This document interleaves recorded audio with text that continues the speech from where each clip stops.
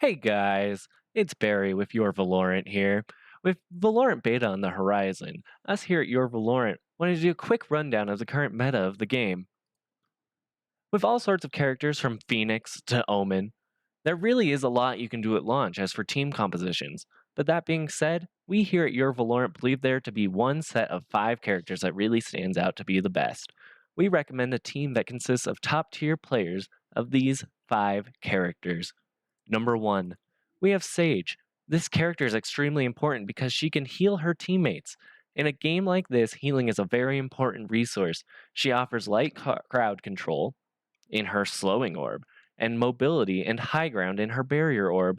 The slowing orb covers a large area, slowing flanks and potential quick re engagements from the enemy. The barrier orb functions similar to an ice wall and offers flank blocks or just general high ground for your team to move and play around. This is all without mentioning her ultimate, which is a free revive on dead teammates you can find on the field. This almost literally gives you a 6th player, granted your Sage isn't complete dog shit and doesn't die within the first 5 seconds of the round. Not to mention, this character opens a lot of flexibility for Mercy mains and the Lifeline mains. Damn e-girls. Number 2, we have Omen. This character is very interesting. He offers a lot of roam and flank potential. With abilities that give the enemy near sight and shadow step mimic ability, he really opens up the map. He offers the signature ability Dark Cover, which is basically a long range stealth smoke grenade. This ability again opens up a lot of free movement for Omen and his team. Omen's ultimate is from the shadows, which lets him go anywhere on the map, and if he gets killed while the teleport casts, he gets a get out of jail free card in the sense that if he dies in the shade form he originally appears in, he will be sent back to his original location. This character is great for all of the edgelords who tend to play characters like Reaper and Caustic. We really hate them in the long run because they think they're going to be the best, but they're going to actually just be complete shitters. Expect your Omen players to be extremely toxic about dying within the first few seconds of the round as a result of you not pushing their flank attempts. Number 3, Sova. This character gives so much information to the team, it is truly so crucial to the initial meta. The main abilities that make this character so important are his Owl Drone and Recon Bolt. The Owl Drone is a flying mobile unit that pings enemies, which really allows your team to traverse the map safely without being caught out by flanks. Then you have the Recon Bolt, which will truly open up your corner peaks immensely, giving a radius that pings nearby enemies. It clearly gives your team the advantage to mid to late round fights. Sova also brings some anti-flank and early poke damage in his Shock Bolt ability, which radiates damage on impact. This is a great ability paired with his Recon Bolt.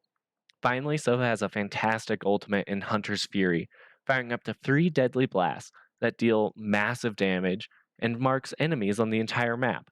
With a flanker like Omen in play, you can scout your opponents and hit them with this ultimate, or you can simply use it to cut off parts of the map and potentially find the enemy. This character is perfect for the dweebs who want to play a support role but still be considered a fragger, because they think that a true support should be for the bottoms of the world, and they are clearly a top. This character has been played by the Hanzo and Crypto mains.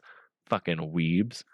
Number 4, we have Jet. This character is all about mobility. The kit on this guy is representative of their name. They start with Cloudburst, which cuts off vision on an area, allowing your team to rotate and set up to attack or defend an area. Then you get the mobility in Updraft and Tailwind, which respectively give you vertical and horizontal movement. This gives you so much free space to play around. High ground in games like this are so incredibly important, but it also lets you get over anti-flank abilities, like the before mentioned Barrier Orb from Sage. Of course, we have the ultimate, which is Blade Storm. The ultimate is extremely self-sustaining since it resets on kills and has one-shot head kills, and the character is going to be one of the main draws to the game. And you'll most likely see your Genji and Wraith mains playing them.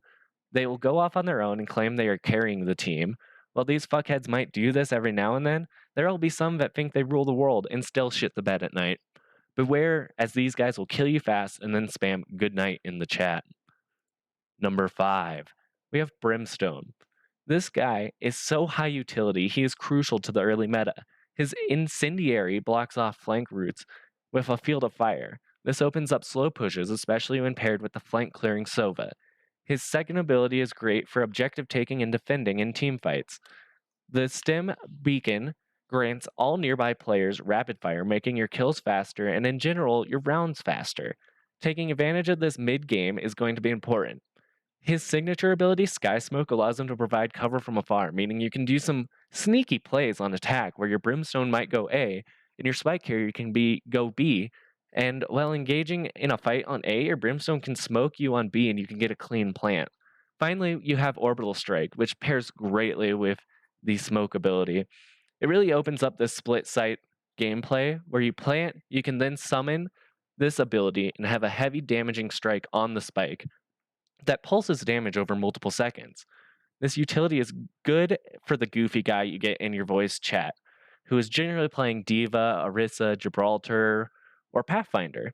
Just don't let their ego get too big because that goofy sense of humor will quickly become annoying and tilting when your team suddenly starts to lose to the exact same strat while you're on defense. All right, guys, that wraps it up for the initial meta review for Valorant. Make sure you run these comps in your beta games next week, and you'll get the easiest of wins. And as always, mute all, flame your team, and fuck right off.